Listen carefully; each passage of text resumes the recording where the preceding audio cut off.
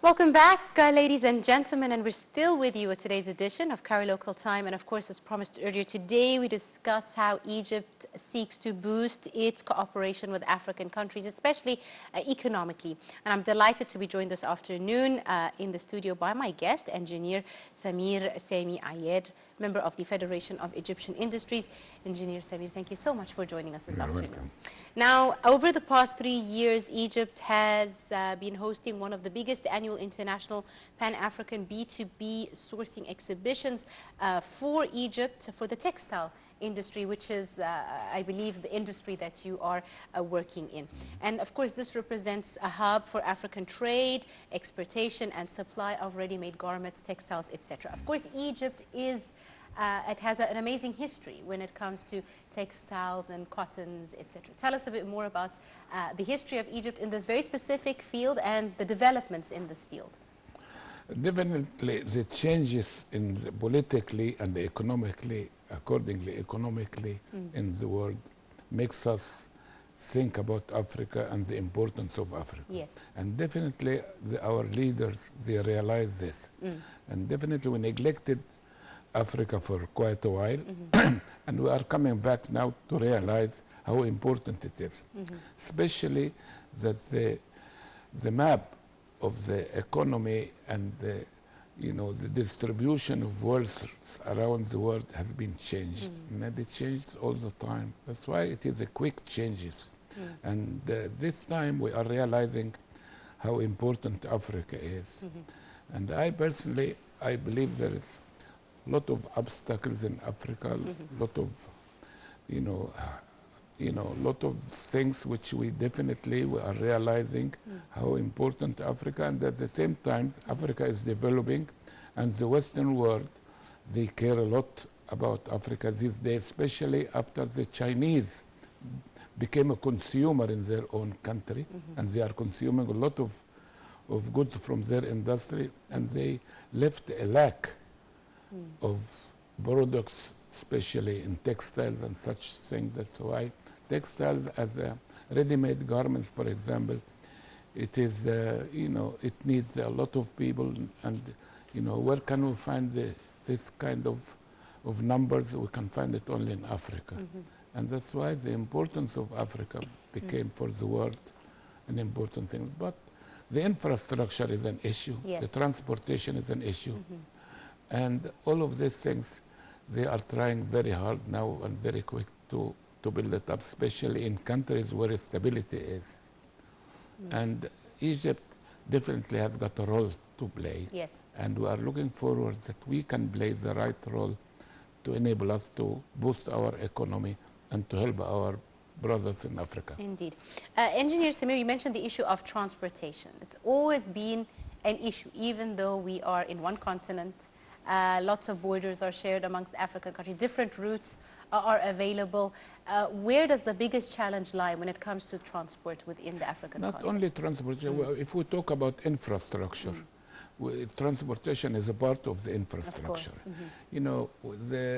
We think always about roads, but there is other means as well for transportation, like railways, like sea transportation. All of these are important things, and this we have to look at it, because today everybody is trying to find a solution for the time. Time is an issue which we cannot ignore it, and the cost.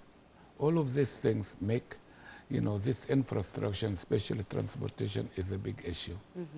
Indeed. Now let's talk about Destination Africa exhibition. Yes. How does this exhibition contribute to growth in investments and exportations within this specific sector?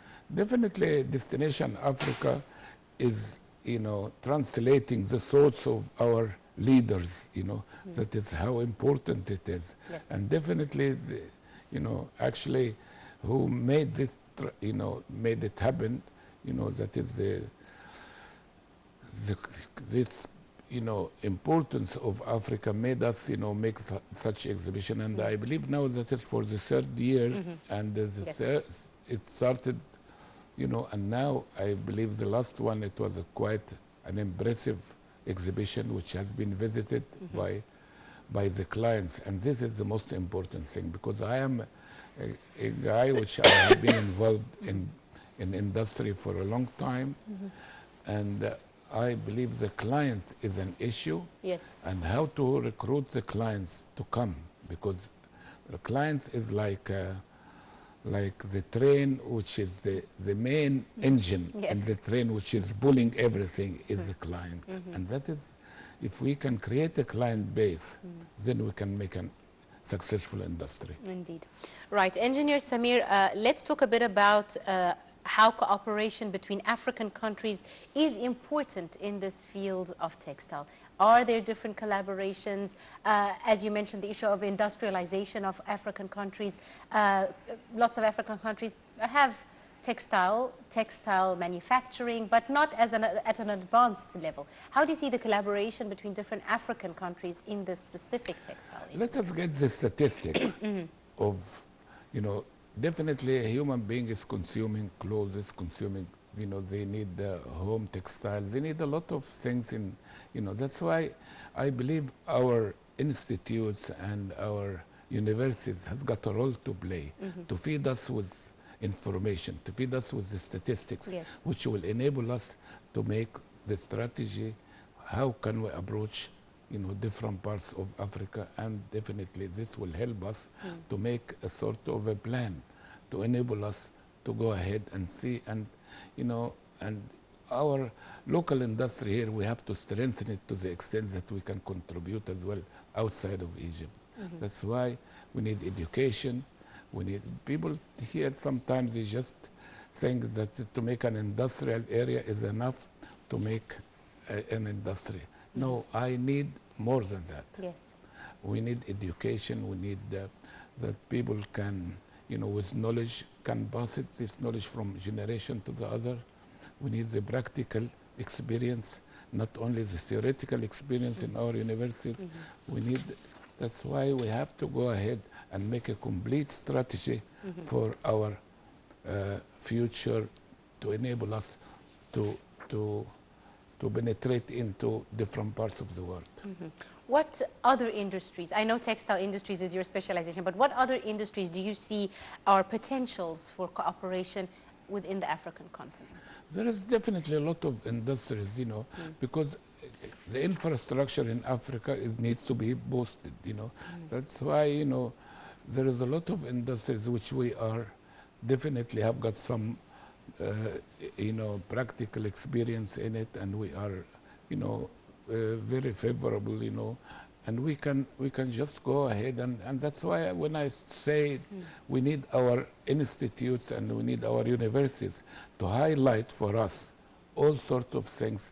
I mean it, to enable us with the numbers, with the statistics, with this will enable us to spot what is important and what comes first and what comes second. And this is very important, which I believe that we have got a role to play here, and we have to realize that today scientific approach is needed. Yes. Scientific research has changed, really, the face of the game, even in industry and the market as well. Right. Engineer Samir, let's talk a bit about Africa, which has always been well known to be rich in minerals and raw materials. Right. And it has always had a different relationship with countries like China, Europe. Always they took the raw material out of the African continent, manufactured, returned it as a finished product. But this is changing now. There's a new approach, even in how European countries are approaching African countries, no longer with a desire just to take out raw material, but to actually industrialize the countries, to invest inside the country and start creating more inside African countries. How do you see the change in the shift in the approach from investors to Africa?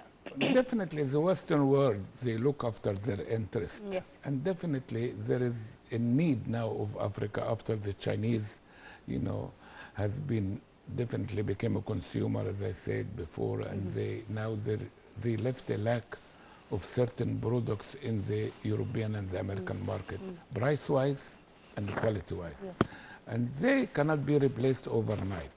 But they are trying to invest, and they are trying to build a lot of things, and they know what they are doing.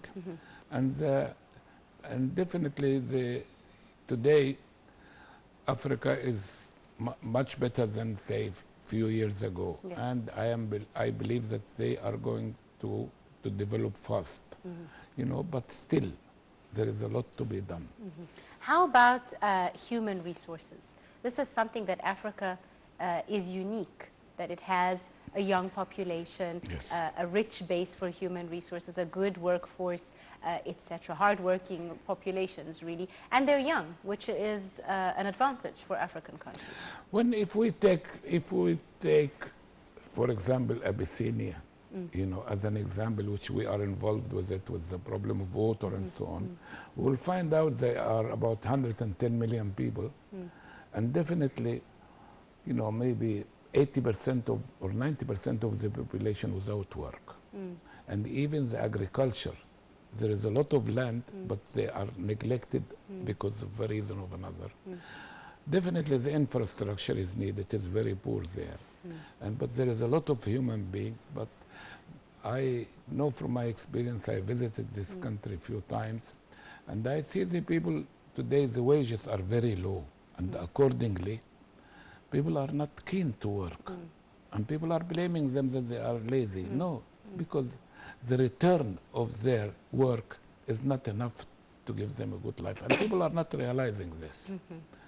You know, and this is the kind of things which definitely materialistic world which we are living in it will not enable us to, you know, that these people, and they will, you know, they will be encouraged to boost their moral, to definitely to appreciate the work as it should be. That's why it's not a number of people only.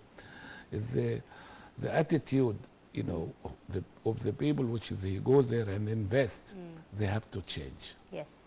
So it's an attitude as well, of not course, just numbers. Definitely we cannot, but people are grabbing opportunities. Yes. And this is another inhuman, and that's why we need this humanity. Yes. We need the religious to be involved in it. We need self-respect. We need a lot of things which we need it in this world today. Indeed. Engineer Samir, let's talk a bit about the Africa Agenda 2063. How do you see industry playing a key role in achieving the issue of sustainable development and achieving the Africa Agenda for 2063? Well, as I said, you know, today the aim of everything is to raise the standard of living of individual human being on this, you know, planet. And to do so, then he needs to be productive, either industrial-wise or agriculture-wise or, you know, service-wise. And this kind of things needs education again. And education for me is very, very important. If we can, we definitely, once upon a time, we went to the Arab countries and we contributed in the education field and so on, you know. And definitely I believe that this could be a good approach to us, that we go there with this attitude, and with other things will come automatically and definitely will be very important. And we have got good teachers here in Egypt. We got a lot of graduate people from the universities, which they can contribute on this field of, you know, passing their education and their knowledge to our, you know, friends in Africa. Yes, indeed. And also Egypt is taking different approaches to African countries. You mentioned the issue of education. There's also the health initiative and how Egypt's successful 100 Million Healthy Lives initiative, hepatitis C treatment campaigns for the African countries. There is that initiative or that approach. Exactly, but we have to realize that the population of Africa, how many millions, and what we are doing towards it. Are we serving this for 1%, 2%? Let us talk that we have got a big job on that. It is, we cannot go, we have to go with a strategy. We have to go with, you know, continuity of something, with our aim to develop our good relationship with the African sustainable nations. Development of good relations, right. Other steps that have been taken to boost cooperation among African countries include the Free Trade Zone, the African Continental Free Trade Agreement, which took effect at the African Union Summit in Niger in July. How important was this step in your opinion? Very important, and I heard as well that we have got now a line of, you know, of transportation to Kenya or to Mombasa or something like this, which is going to start this year or now. And this is very important for our trade, because definitely we are facing this kind of a challenge with the transportation to Africa and the financial issues as well in Africa. All of these things, it will be in our favor that can be developed, and definitely we can, put things right in our own home here, to enable us to meet with the demand and the requirements and the challenge from all sides, because we are going to face a competition in Africa, definitely, because it's a big market, it's a future market, and we have to prepare ourselves for that to enable us to penetrate into this market. Do you think the issue of competition creates an issue of protectionism in some African countries, that they would rather protect their own local markets or local industries and not integrate with other African countries? Well, we have to realize that the local industries are poor in Africa. That's why everything is mostly imported against the raw material and their wealth in the raw material. That's why these people, they have to industrialize themselves, and we have to have a part of this game now. We have to play it with them, not only the European or the Chinese or the Indian. We have to go for it, and with a strategy, with the thoughts, with scientific ways and scientific approach. And I believe in this has to be done, and there is a role for our universities to go and to penetrate there and to study and give us the information which we are requiring to enable us to put a strategy right, because this is very important, to do it now, and then we can be successful with it. Indeed. Engineer Samir, let's also talk about Egypt's presidency of the African Union under the leadership of President Abdel Fattah el-Sisi, and how this has really changed the relationship between Egypt and African countries, has increased collaboration between African countries, really changed ties, and if so to speak, improved the situation between Egypt and African countries. How do you see Egypt's presidency of the African Union and the role that Egypt has played in developing this relationship? This is something which I appreciated. I personally appreciated very, very much the approach of our leader, that he bring back us to Africa, and we neglected this issue for a long time, and now we are going, to the right direction, and definitely this will benefit, us and benefit Africa, and we are the door to Africa, we say, and we have to keep this, by putting much effort to contribute, and as I said, we need the education to be spreaded there through our teachers and our experts and our people, and our industrial people as well has to think about Africa, how to benefit from it, and how to, because they are a country which is industrialized. Yes. We have got, big experience in agriculture. The Egyptian farmer is thousands of years old, and he has to contribute in this field. Industrial-wise, we are having got, in certain industries, definitely we can contribute to the African nation. Indeed. I'm afraid we have run out of time very quickly indeed. I'd like to thank you very much, Engineer Samir Riad, a member of the Federation of Egyptian Industries.